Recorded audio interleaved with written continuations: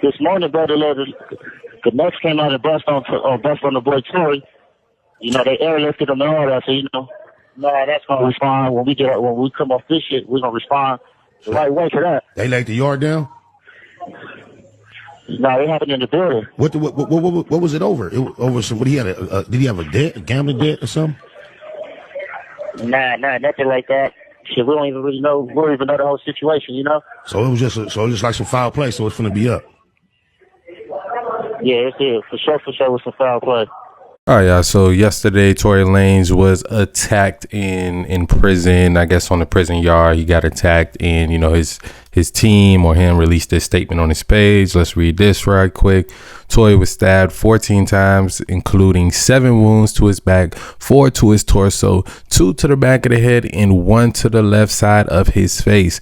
Both lungs collapsed, and he was placed on a breathing apparatus. He is now breathing on his own. Despite being in pain, he is talking normally, in good spirits, and deeply thankful to God that he is pulling through. He also wants to thank everyone for their continued prayers and support. Yeah, man. So this is a, very unfortunate situation. I know, I did see, we had that, it was a lot of discourse going on about this, for the most part, people were saying good things, just, wishing their, prayers and, support to him and all that stuff. But, the shade room audience, a lot of them were, happy and making jokes about it. Unfortunately, we like evil people exist in the world, and, you just got to ignore them. Let them continue to live their sad, sorry lives, because, you shouldn't be wishing death on anybody. A lot of us guys, formerly from the streets or have been through certain things, we don't even wish jail on anybody. That's something that we just don't do, because we know how bad it can get in there. So I think that he is, recovering. They did say he wasn't in critical condition, but they say he's back, like talking, and he's in good spirits. So hopefully, he pulls through and has a full recovery. Now, as far as the whole conversation about, this is Meg's fault, I don't think that we can just sit here and like completely blame Megan Thee Stallion for this. I do think he was wrongly convicted. That's just my opinion about it. Everybody got their own opinions about the case.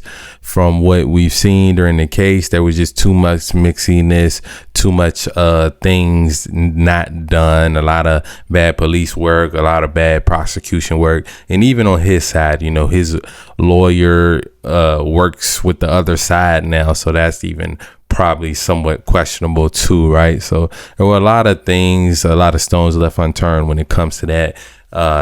Certain people that were there weren't even tested for the firearm that was used, and it was allegedly not even Tory's firearm. But we don't even have to dig down back into the case. That's an old situation.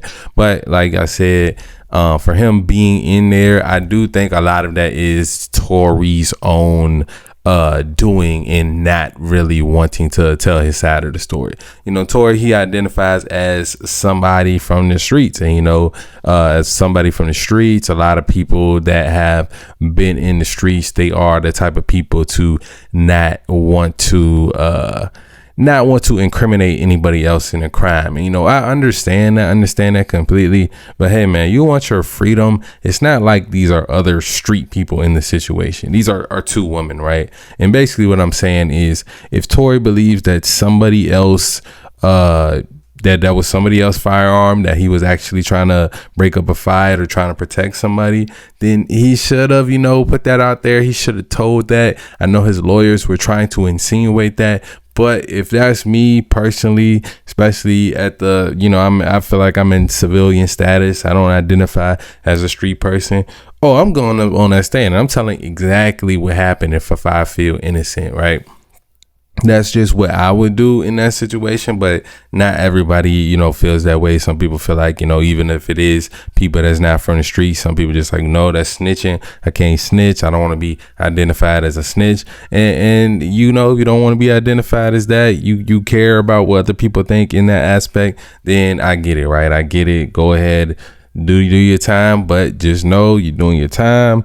And you want to seem like a real guy. You want to see like a real ninja, right? You want to seem like you are that type of person and you don't want to be in PC, you want to be in general population where there's real killers, where there's people who are not multimillionaires, people who, you know, they might be doing life sentences and don't really care about certain things, because there are a lot of like rumors and stuff coming out by saying that it was a particular group of people who did it, but like I said, that's just all rumors. But you want to be in general population with people who are not of your status, certain things can and will happen to you, right? So that's just something that you gotta take, because you, at the end of the day, you made those decisions. You could have been in PC, you could have been in protective custody, like how most rich people who do have a lot of things to lose and who don't want to be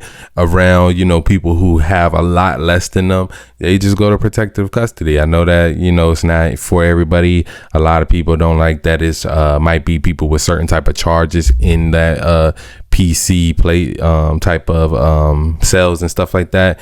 But it's just something you gotta take if you want to ensure your safety, man. But like I said, sad situation. Definitely glad he's pulling through.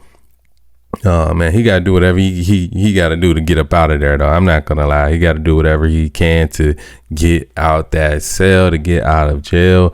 Go ahead and tell the full story. I don't know if it's too late for that. I know he's still kind of going through the appeal processes and stuff like that, and maybe this will give him a little bit of a boost to get him a little bit of an early release. And hopefully, they said his lungs collapsed. I have no idea on like the medical repercussions of that, if he's gonna be able to actually even be who he was before then. But yeah, I guess that's all to be seen. As you can see, some of these comments, there are a lot of weird people. Some people say Rock Nation trying to take Tory out now. More than likely to anything, you gotta remember, he's in California. There's a lot of street politics when it comes to California jails, and people tend to roll with who they roll with, and sometimes things happen, arguments, like a lot of stuff can happen in jail. Like you can go in jail or in prison maybe just having a little bit of a time, and you get in one little incident, then you get more time added on. Next thing you're a lifer after that, right? So best thing is to stay out of it, man. Stay out of it. And then going back to the beginning, before even the whole trial and case, I've said many of times that where he originally messed up was, first he's with drunk women, they getting into it. He should have backed up and got away from that whole situation, not even left the Kylie party with them. Like that was the first thing. And then of course he's messing with two girls that are friends, so he's out here recklessly slinging pipe, and a lot of the times those things can bring chaos into your life, especially when you are in alcohol fueled environments. But yeah, man, let me know what y'all think about this whole situation. Like I said, definitely send our prayers and support to Tory Lanez. Hopefully he pulls through, makes a full recovery, because like I said, nobody wants to stab wounds are crazy, man. Stab wounds are crazy, and to get hit 14 times on the back, torso, where was his people around him? Like what, he must have been feeling good and comfortable in the situation where he was at, to not have some people around him that was ready to go to war, because you got hit that many times, that 14 stabs, that can happen within a minute for sure. But you should definitely he should definitely have some people around him to protect him in that moment, especially you out on the yard. Like I said, this is prison. It's not no movie. This is not no movie. This is real life. But yeah, man, let me know what y'all think down below about this whole story. As always, love y'all. I'm out. I didn't do something, I'm not staying in jail for it. I don't care if y'all call me a real nigga or not. I'm not staying in jail for it. There were 4 people in that car. 2 of them are going on with their lives. They've had kids. Like I think Kelsey had a kid or something like they're moved on with their life. You're in limbo, being treated like an animal in a cage. There's no real nigga or no street shit that could be in you for you not to be like, hey, listen, this is what happened. You have to operate as someone who was wrongly convicted and not think about, well, what would the streets think about if I do A, B, or C? Because the streets would say, well, you got convicted, so you got to eat that. You can't, like, the street shit means you should waste your entire life in jail because you keeping it real.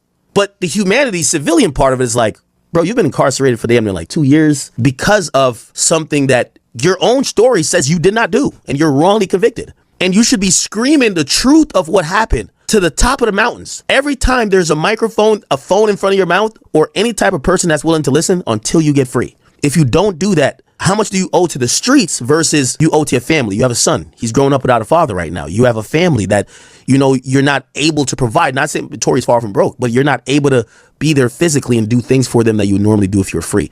You got to choose yourself at a certain point. This was not a street situation.